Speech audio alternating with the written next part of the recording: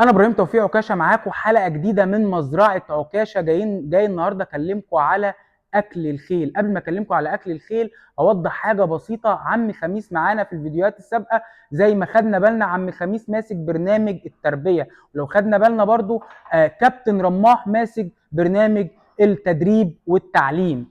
تمام. النهارده عم خميس هيكلمنا على اكل الخيل بالنسبه للخيل اللي هي اناث بتنتج لنا انتاج.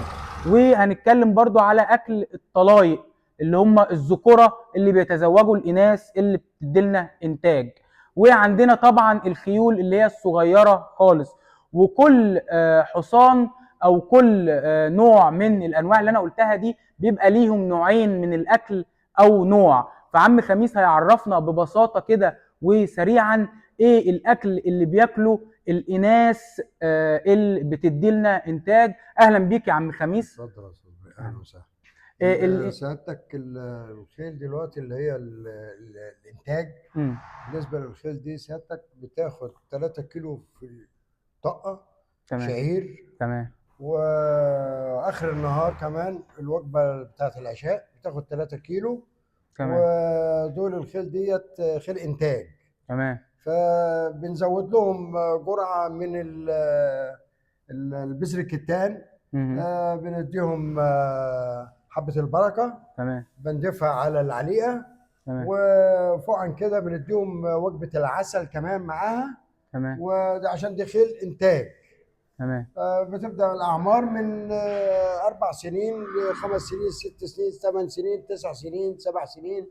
فالخيل دي لازم أدام إنتاج لازم يبقى بنراعيها في الغذاء بتاعها. طب اما بالنسبه للناس بتقول لك نحط رده او ذره مع الشعير، هل الكلام ده صحيح ولا والله بيسبب هو على المبايض الرده نسبه دهون؟ بسيطه.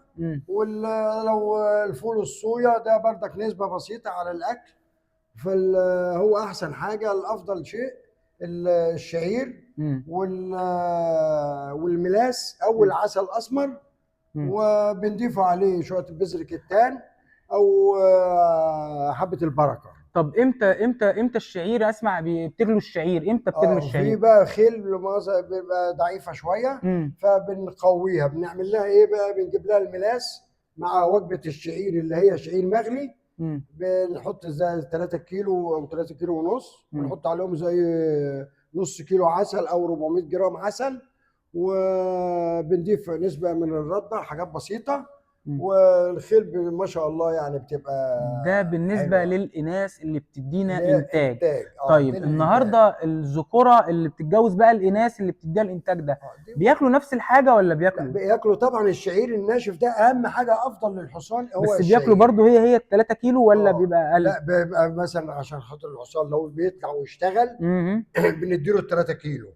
ما بيشتغلش بنخف منه كيلو عشان خاطر ده حصان طلوقه. خدت بال سيادتك ما بيعملش مجهود زياده عن اللزوم يعني. تمام. خدت بال سيادتك فبنضيف له برضه جميع الاضافات اللي هي بتاعت على الوجبه اللي هي شويه العسل وشويه الزيت سيله او مثلا كريستال ومع حاجه خضراء حلوه جزرتين على اي بلحتين حلوين عجوه. بتبقى الحصان بيبقى فيه تملي عايز حديد في جسمه. ده بالنسبه للحصان اللي هو الطلوقه.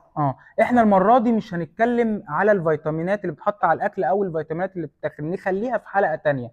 بس خلينا ننقل. طيب دلوقتي اتكلمنا على الاناث الانتاج والطلايق الذكوره. طيب النهارده الحصان الصغير بعد ما بيتفطم من والدته او الحصانه يعني الانثى بيتاكلوا ايه؟ بناكله طبعا وجباته طبيعي اللي هي بناكله مثلا نسبه بسيطه بقى. هو بيتفطم بعد قد ايه؟ هو بيتفطم بعد 5 شهور. 5 شهور. من 5 شهور بقى بياكل ايه وهو عنده 5 5 شهور؟ شهور بقى بنديله حاجه حنينه في البدايه. ايه هو الحنين؟ البرسيم ده لازم برسيم لابد منه. البرسيم الحجازي بيقولوا بالبلدي بيمشي المعده.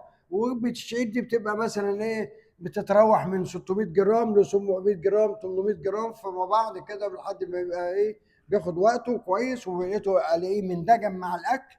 وببص على جسمه طبعا وبياخد طبعا العلاج بتاعه الطبيعي عشان خاطر ما تجيلوش قرح ولا اي حاجه. في البدايه. تمام. فبنديله بقى نمشي معاه بقى ايه واحده واحده تدريجا. تمام. ده بالنسبه للي هم مفطومين من ورا امهاتهم. تمام، يبقى احنا كده اتكلمنا على المواليد الجدد بعد الفطم بياكلوا ايه، اتكلمنا على الاناث اللي بتجيب انتاج بتاكل ايه، اتكلمنا على الذكوره الطلايق اللي بيتجوزوا الاناث بيجيبوا بياكلوا ايه. في حلقه تانية هنكلمكم عن الادويه. خلينا ننقل مع الكابتن رماح عشان نعرف الخيول اللي بتتدرب في السبق واللي بتتدرب على الرأس العربي بياكلوا ايه. اهلا بك كابتن رماح. كله تمام. طيب عم خميس، كلمنا على الخيل اللي هي بتاعه الانتاج والطلايق والخيل الصغيره اللي لسه مفطومه. انت هتكلمنا على الخيل اللي هي بتتدرب في السبق. الخيل اللي بتتدرب، خلينا نبدا بالسبق. الخيل اللي بتتدرب في السبق بتاكل ايه؟ تاكل شعير برضو، بس بنزود الكميه شويه لان الحصان بيحرق. يعني ممكن الحصان ياكل له 8 كيلو في اليوم. 8 كيلو شعير. أوه. غير الانتاج بتاكل 6. اللي بيتدرب بياكل، اللي بيتدرب في السبق بياكل 8 شعير صافي. شعير صافي، ولا في ذره ولا في لا رده ولا صافي. في اي حاجه، في اي حاجه تانية مع ال 8 كيلو الشعير؟ ممكن لو فيتامينات بقى. الفيتامينات دي خلينا في طبعا في حلقه تانية نتكلم على الفيتامينات والادويه. تمام. لكن احنا بنتكلم على الاكل بس، فهو الشعير صافي طبعا. بس، ولا طبعا بيتغلي ولا اي حاجه؟ لا شعير يتغسل كويس بس وبيتنشر ويتحط الحصان تاني. تمام. طيب بالنسبه للخيول اللي بتتدرب ادب عربي وطاعه وكده، بتاكل ايه برضو؟ بتاكل برضو شعير برضو، بس بنضاف عليه مثلا ممكن فول، شويه ذره كده، يعني حاجه يعني ايه، عشان عضلات الحصان بيعمل مجهود كتير يعني. فبنزود، ممكن نزود فول او كده بالنسبه للحصان اللي بيتعلم ادب، عشان بيستعمل عضلاته اكتر.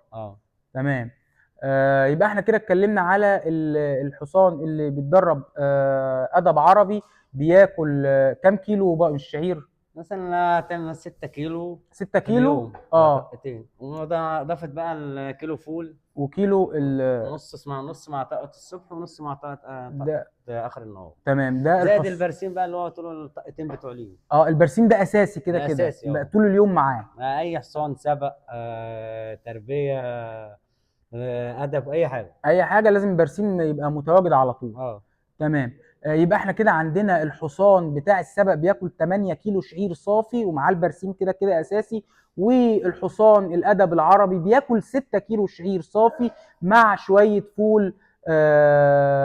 فول صويا ولا فول لا سوداني؟ لا فول سوداني. فول سوداني عشان الطاقه والباور. ومعاه ايه غير الفول السوداني؟